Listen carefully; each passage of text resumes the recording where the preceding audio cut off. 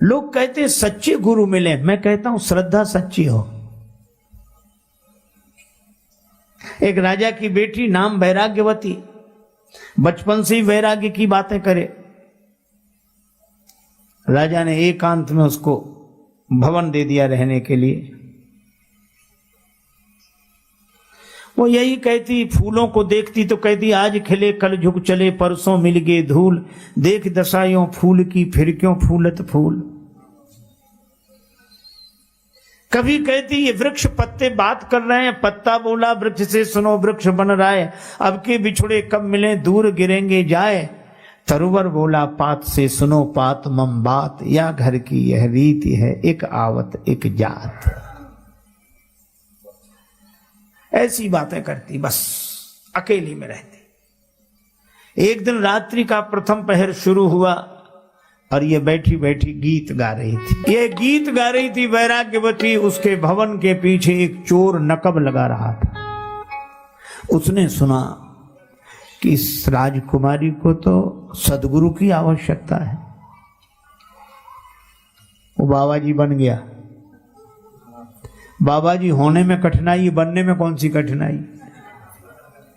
घर में हुई खटपट, चलो गुरु जी के मठ पर, गुरु जी ने काटी चोटी, मांग खा बेटा रोटी, बन गए। देखो हम लोग जब संत बनते तो मुड़ते हैं, हम लोग साधु बनते हैं तो गुरु जी मूड़ते हैं।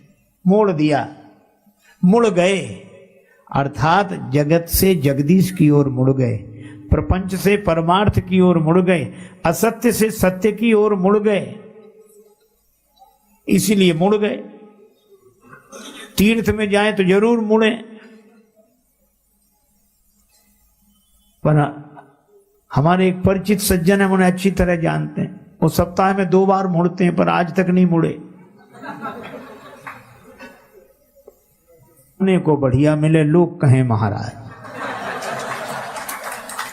तो बनने में क्या कठिनाई, बन गए। और बाबा जी बनकर सदगुरु रूप बनाकर वैराग्यवती के सामने, वैराग्यवती ने देखा नारायण हरि कर रहे हैं कोई रात्रि के समय। महाराज प्रणाम, जल पी। हाँ प्यासा हूं, जल पिलाओ। लेकिन सुनो सुनो, तुमने दीक्षा ली? नहीं दीक्षा नहीं। तब मैं तुम्हारे हाथ का पानी नहीं पीऊंगा। इसने दीक्षा ही नहीं ली, उसके हाथ का पानी क्या पीना। जाने लगे।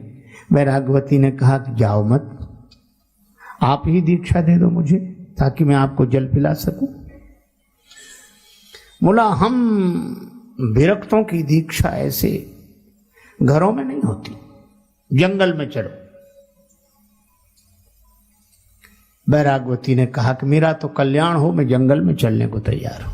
अच्छा अच्छा ठीक है, अपने आभूषण रुपया पैसा गहना जीवर सब रख लेना। राजकुमारी ने सब रख लिया और संत के साथ चल दी। उस तथाकथित संत के साथ, जो संत था ही नहीं। घोर जंगल में जाकर उसने वैराग्यवती को एक वृक्ष से बांध दिया। वृक्ष के किनारे खड़ी करके रस्सी चारों तरफ से लपेटी, बांध दी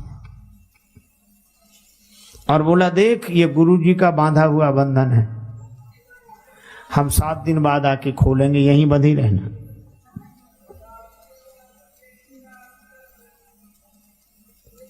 हो सकता है हम जल्दी आ जाएं, परसों ही आके खोल।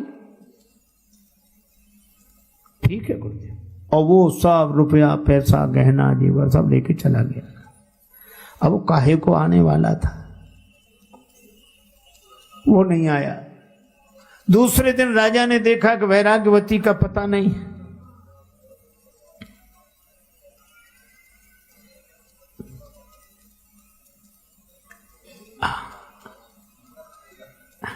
विराजे विराजे महाराज।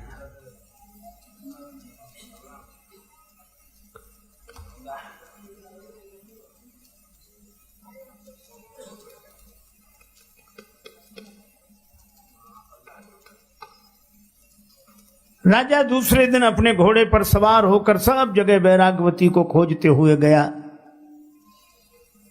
वृक्ष से बंधी हुई बेटी को देखकर कहा कि बेटी तुम्हें ये कौन बांध गया है? वैराग्यवती ने कहा कि मेरे गुरुदेव ने बांधा है। राजा ने कहा, पगली, गुरु लोग ऐसा नहीं करते। कोई छद्म वेशधारी तुझे ठग कर गया है, ला मैं तुझे बंधन से मुक्त करूं, घर चल मेरे साथ। वैराग्यवती ने कहा, पिताजी आपको प्रणाम है, पर गुरुजी का बांधा हुआ बंधन नहीं खुलवाऊंगी। राजा ने बहुत समझाया, नहीं मानी तो कहा बंध ही रहे। राजा भी चला गया। 2 दिन हो गए। भगवान नारायण का आसन डोलने लगा। नारद जी से कहा पता लगाओ। नारद जी आए, जो देखा कि ये बंधी हुई है, अरे नारायण नारायण करते हुए, बेटी किसने बांधा तुम्हें? मैं तुम्हें बंधन से मुक्त कर देती हूं, मुझे जानती हो? प्रणाम किया बेटी ने। आप देवर्षि नारद हैं, मैं प्रणाम करती हूं। अरे तुम्हें कोई ठग बांध गया, मैं खोलता हूं, मुक्त हो जा। महाराज आप देवर्षि हैं, मैं प्रणाम करती हूं, लेकिन गुरुजी का बांधा हुआ बंधन नहीं खुलवाऊंगी। अरे गुरुजी, काहे के गुरुजी तुम्हें बांध कर चले गए?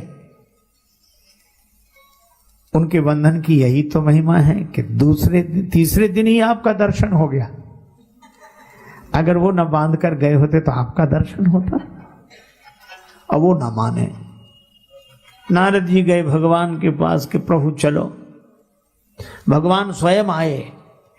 भगवान नारायण चतुर्भुजी रूप, मंद मंद मुस्कुराते हुए भगवान ने कहा कि बेटी, मैं भगवान नारायण हूं,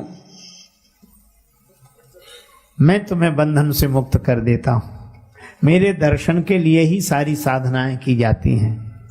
तुम्हें जो बांध गए वो अच्छे व्यक्ति नहीं मालूम होते, मैं तुम्हें बंधन से मुक्त कर देता हूं।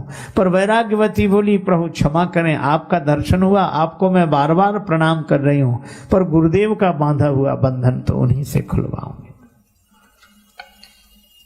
भगवान भी हार गए।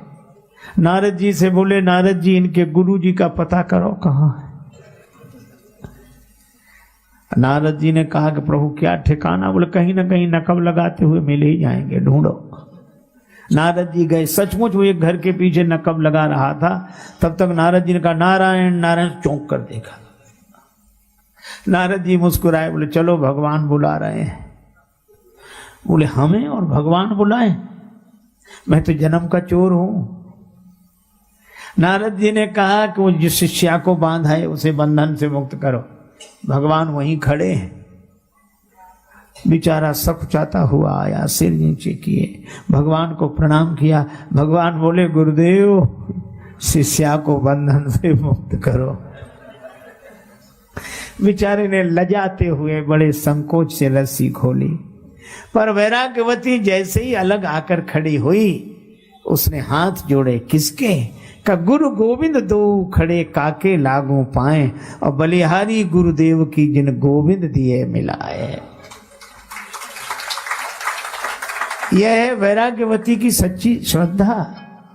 तो गुरुदेव की महिमा तो अपार है, लेकिन अगर सच्ची श्रद्धा हो तो द्रोणाचार्य से एकलव्य बाण विद्या द्रोणाचार्य की मूर्ति से सीख सकते हैं। तो गुरुदेव के प्रति सच्ची श्रद्धा जीवन में क्या चमत्कार नहीं करती। इसीलिए श्रद्धावान लभते ज्ञानम। पर इस कथा का उद्देश्य यह नहीं है कि गुरु ऐसे ही होने चाहिए। अपनी श्रद्धा सच्ची होनी चाहिए, और भगवान की कृपा से हमें गुरुदेव मिले। और गुरुदेव का द्वार है, दीवार नहीं। दीवार और द्वार में ज्यादा अंतर नहीं है। दीवार में से कुछ निकाल दो तो दीवार ही द्वार है, और द्वार में कुछ लगा दो तो द्वार ही दीवार है। जिनके पास अहंकार का कुछ लगा है, द्वार ही दीवार बन गया है, और अहंकार का कुछ निकल गया तो दीवार ही द्वार बन गई है। अपनी खुदी ही पर्दा है दीदार के लिए, वरना कोई नकाब नहीं यार के लिए।